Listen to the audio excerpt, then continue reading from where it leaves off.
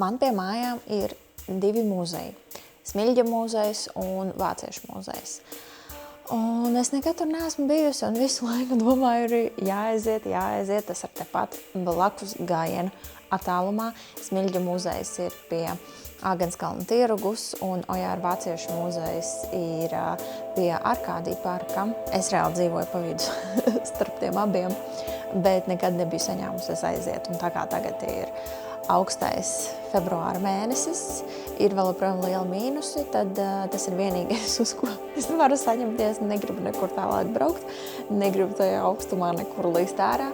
Man liekas, ir perfekts laiks beidzot aiziet apskatīt šos te muzejus. Starp citu, Smilģa muzejs piekdienās strādā līdz 8 vakarā, un ieeja piekdienās ir bez maksas.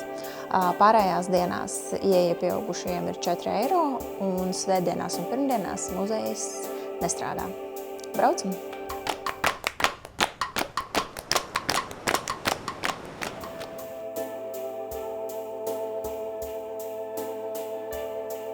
Nu, esmu pie Smilģa muzeja. Tas ir teātra muzejs, kur ārpusē ir šāda te izstāde, nedaudz informāciju par šo te māju, ēku un ļoti radoša ieeja. 19. februārī 6:00 vakarā šeit būs sarunas ar Matīsu Kažu.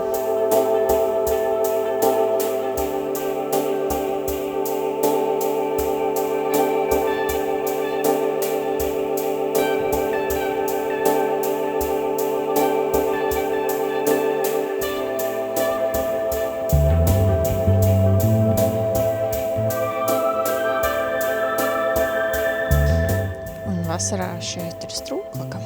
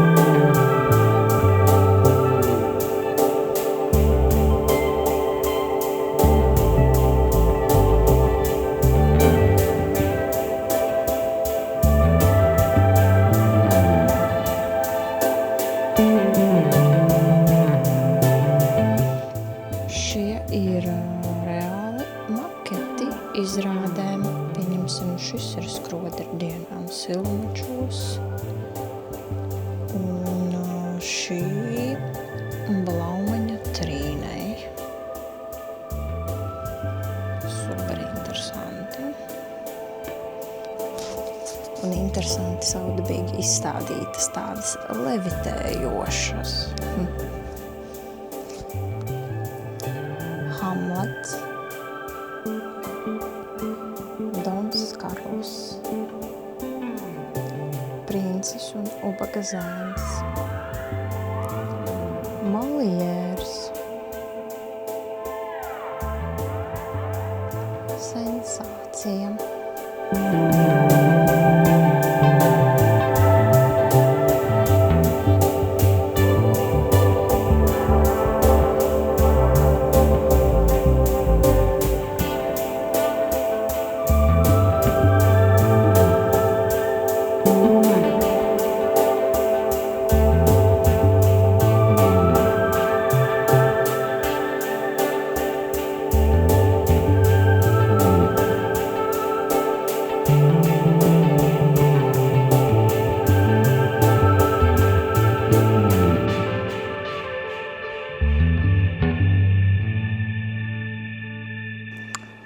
interesanti, ka mēs šeit redzam šo te kleitu un tad var skatīties un klausīties un redzēt šo te kleitu arī uz skatuves izrādes ierakstām.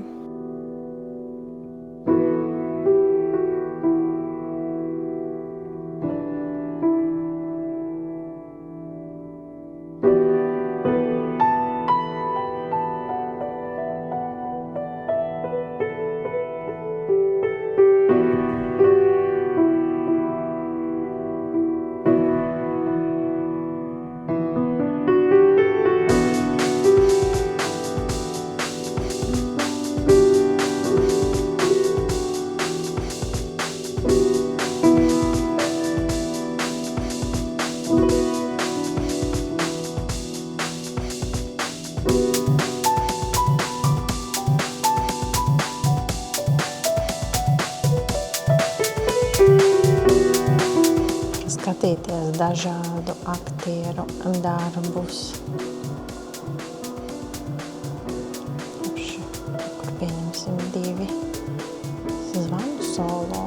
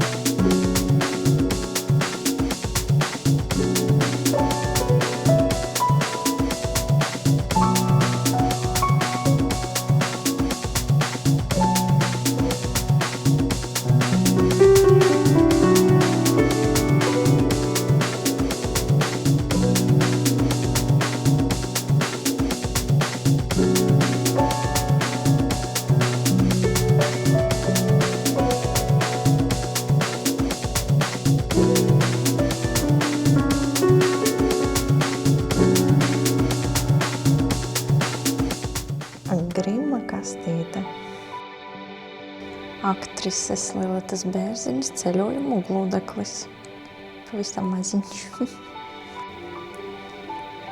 Ļoti interesanti eksemplāri šeit. Dažādu aktieru personiskās mantas.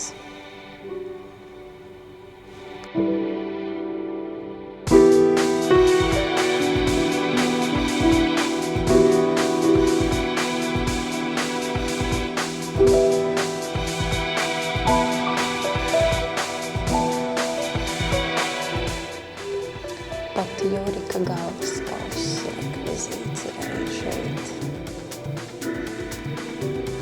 Vairāk kā 100 gadi šim te rekvizītam 1922. gadā.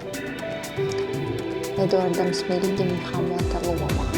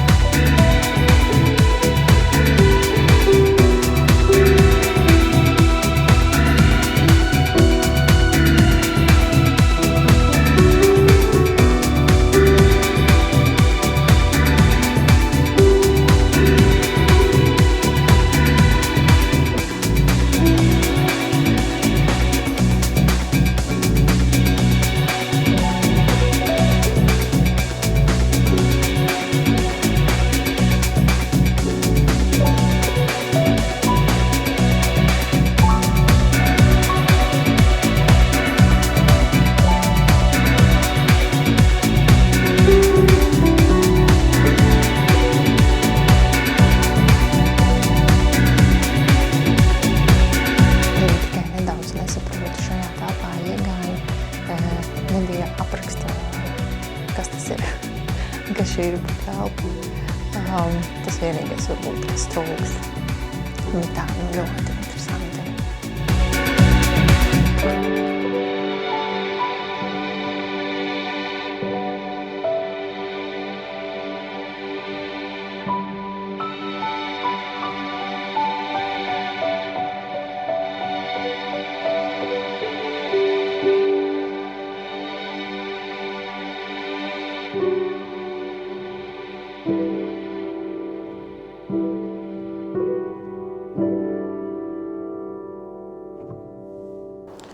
šeit, piemēram, ir scenogrāfijas makets Šerlokam Holmsam 79. gada. Šis bija otrais stāvs. Dodamies uz trešo.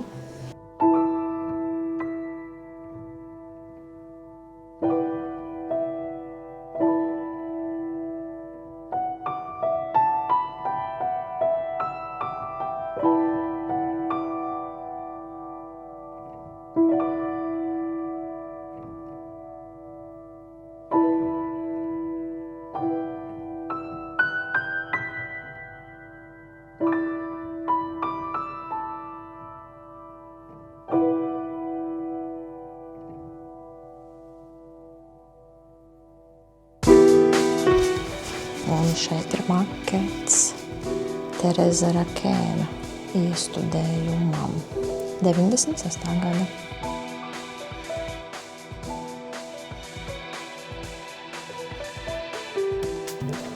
Un šeit ir makets Ričards III iestudējumam.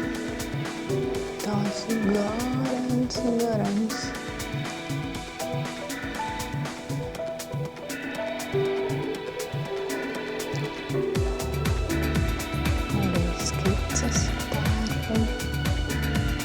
Daudz arī vairākas bija pa visiem stāviem.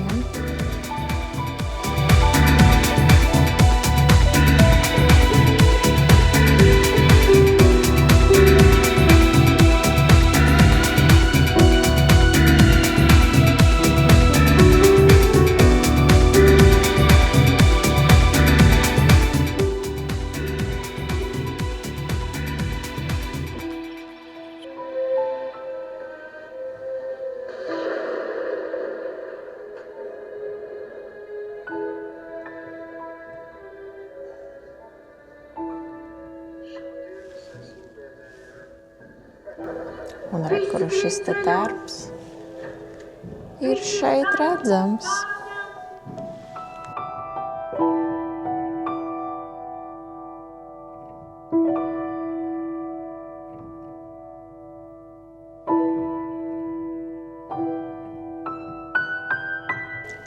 Šajā galvā var ielīst, un te ir video. Es esmu vienkārši starā par šo muzeju. Viņš izrādījās tik plašs, interesants, radošs. Es neko tādu negaidīju. Un īstenībā es sāku domāt, vai es vispār esmu bijusi kādā muzejā, kas ir veltīts teātrim. Man liekas pat, ka nē. Un, protams, tas ir veltīts teātrim. Tad pats muzejs, es pat neteiktu, ka viņš ir iekārtots, bet ka tā ir tāda scenogrāfija un ir sajūta, ka tu staigā pa teātri, nevis pa muzeju. Un ir interaktīvi un ir interesanti. Visi eksponāti tik dažādi un seni. Seni. Es nezinu, kā tas viss ir saglabājies. Es esmu tiešām tik ļoti patīkami pārsteigta. Man bija tik interesanti, man liekas, es visu laiku staigāju ar muti vaļā un lasīju. Jā, pāris vietās varbūt pietrūka tieši kaut vai zīmīte, kas ir domāta, piemēram, tā telpa, jā, ka tas ir kaut kāds kabinets vai kā, bet par visu pārējo informācija bija. Un tiešām bija ko skatīties, ko redzēt, par ko brīnīties. Ļoti, ļoti radoši ir viss iekārtots, sataisīts, un ka tie maketi man patika tiešām vislabāk, un noteikti ļoti interesanti būs tiem, kuri bija redzējuši tās izrādes, jā, un tad viņi ierauga tos maketus, un tad es te esmu bijis, vai šo es esmu redzējis, vai šos tērpus un tā. Un es domāju, tiem, kam patīk teātris, vispār aktiermāksla, aktierspēle, režija, scenogrāfija, tērpu, jā, kostīmu, māksla ļoti, ļoti patiks. Nu, tiešām, es noteikti gribētu arī aiziet ar gidu kādreiz šeit. Man liekas, būtu ļoti, ļoti vērtīgi. Noteikti tāda vieta, kur gribās atgriezties, vēl kaut ko uzzināt, vēl kaut ko apskatīties, un to eksponātu ir tik daudz un tik liela daudzveidība, dažādība. Man liekas, katru reizi, kad nāks, redzēs kaut ko jaunu. Un plus par šo te pasākumu ar Matīsu Kažu, es pārjautāju muzeja darbiniecei, jā, tas būs pasākums, kur varēs parunāties ar šo te producentu. Un producentu režisoru, viņš ir arī režisors, biļetes pērk vienkārši pirms pasākumā pie ieejas, nav iepriekš jāreģistrējās, tā kā visi interesanti var vienkārši ierasties un piedalīties šādā pasākumā. Ir klāt nākamā diena, tāpēc ir atkal gaišs. Un tagad es dodos uz Ojāra Vāciešu muzeju. Tas arī strādā no otrdienas līdz sestdienai. Darba laiks ir līdz 5 vakarā, bet vasaras sezonā līdz pat 7 vakarā. Un ieejas biļete maksā 5 eiro. Nu, ejam skatīties. Vispār abus muzejus var ļoti veiksmīgi apvienot ar pastaigu ap Māras dīķi, Arkādiju parku un Uzvaras parku, Agenskalna tirgu, tāpēc, ka tas viss ir tepat blakus.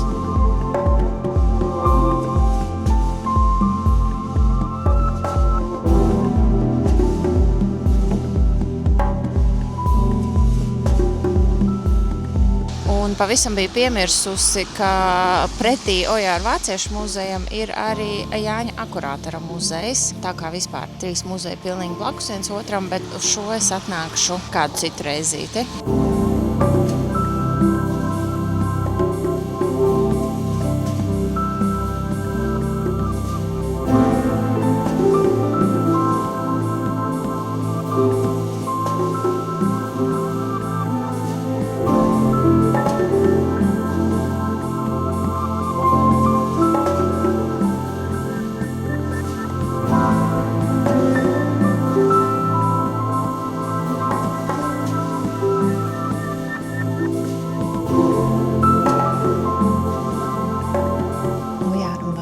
Šeit bija 3. dzīvoklis pirmajā stāvā, un šis ir tātad viss īrnieku saraksts, kuri tad ir dzīvojuši ar viņu tajā laikā šajā ēkā. Un muzeja daļa tātad ir viņa dzīvoklis un vēl izstāžu zāle. Esmu tikusi iekšā un sāku ar izstādi. Man ir paveicies, ka tagad tieši ir 3 mākslinieču izstāde.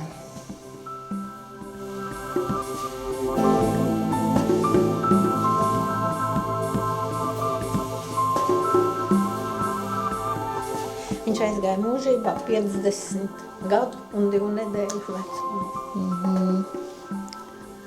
Te ir jaunības, vairāk vai mazāk bildes, un to autore ir fotografējusi ir Ludmila Zārova.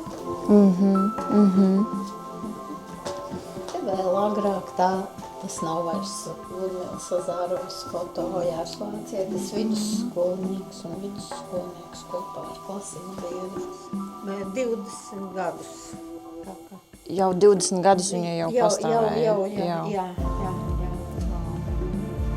Pa šo telefonu var piezvanīt uz visiem numuriem, kas ir ierakstīti kladītē, un klausīties dzeju.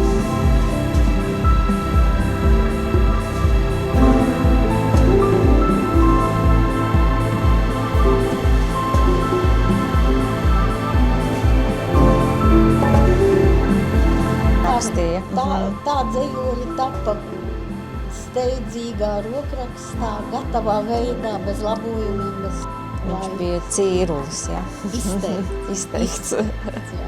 Tā viņš viņas kolekcionēja? Ir arī notikuši ceļojumi vai varbūt arī notikuši kaut kur. Viņš un viņa dēls, tas tāda Audriāna. Viņš rakstīja vēsturi. Sērkociņu kārbiņu etiķetes. Tā, Zrāvies ar akmeņiem. Šis gan ir tāds mazliet tāds daļējs teātrītis, jo tās atvilknes ar avīzēs ietītiem mīļiem un droši vien viņam ļoti labi zināmiem akmeņiem ar savu vārdu, ar savu vēsturi, ar savu stāstu. Tā atvilkne bija gluži pilna. Mēs tad tā druscīt. Un tā aizraušanās no skolas gadiem.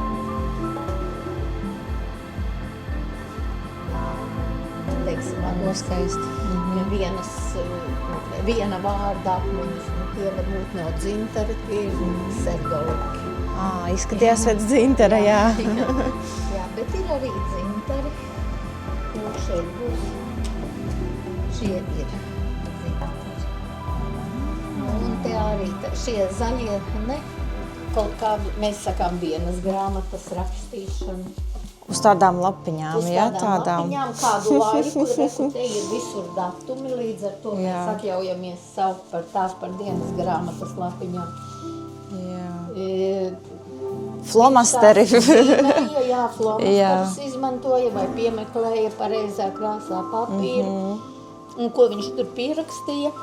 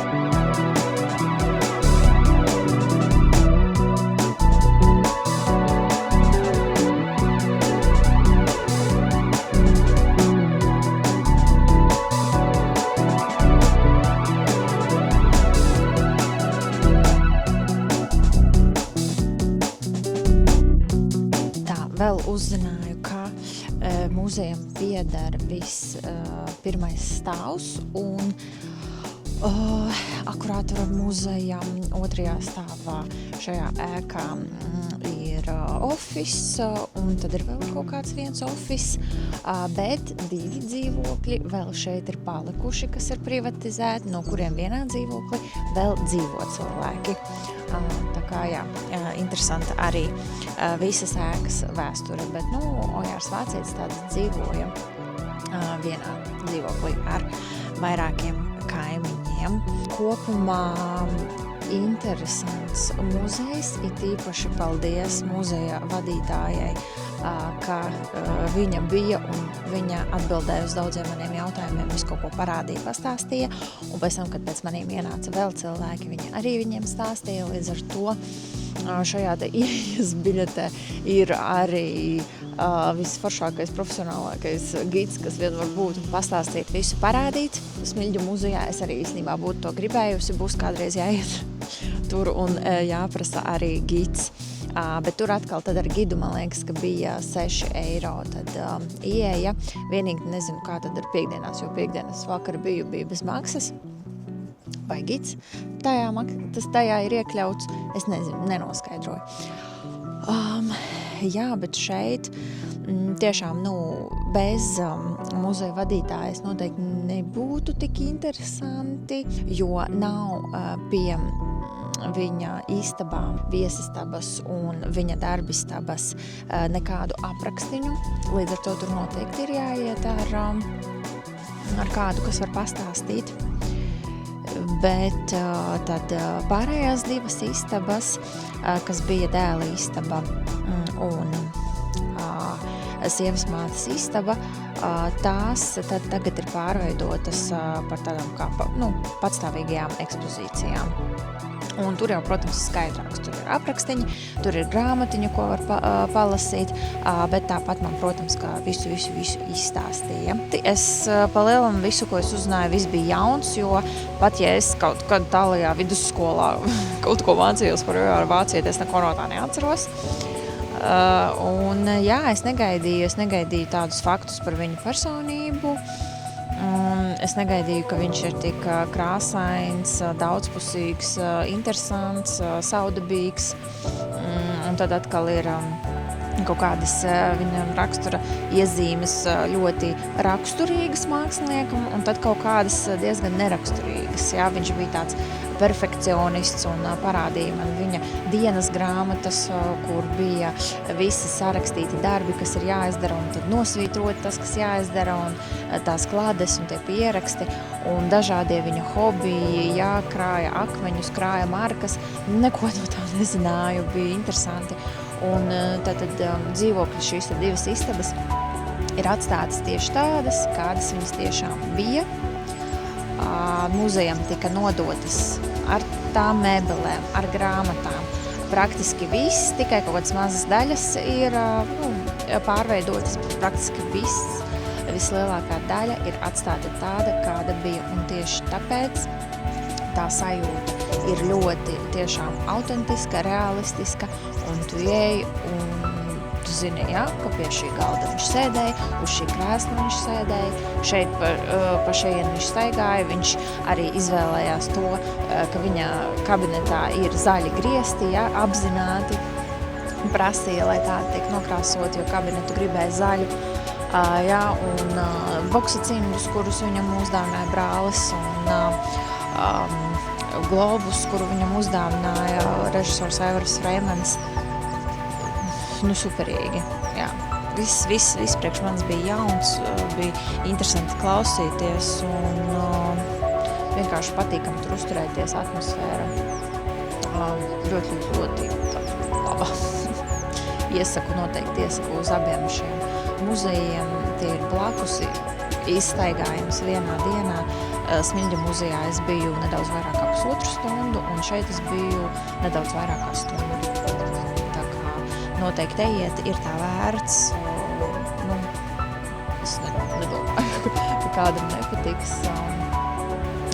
Interesanti, izzinoši, daudz ko jaunu.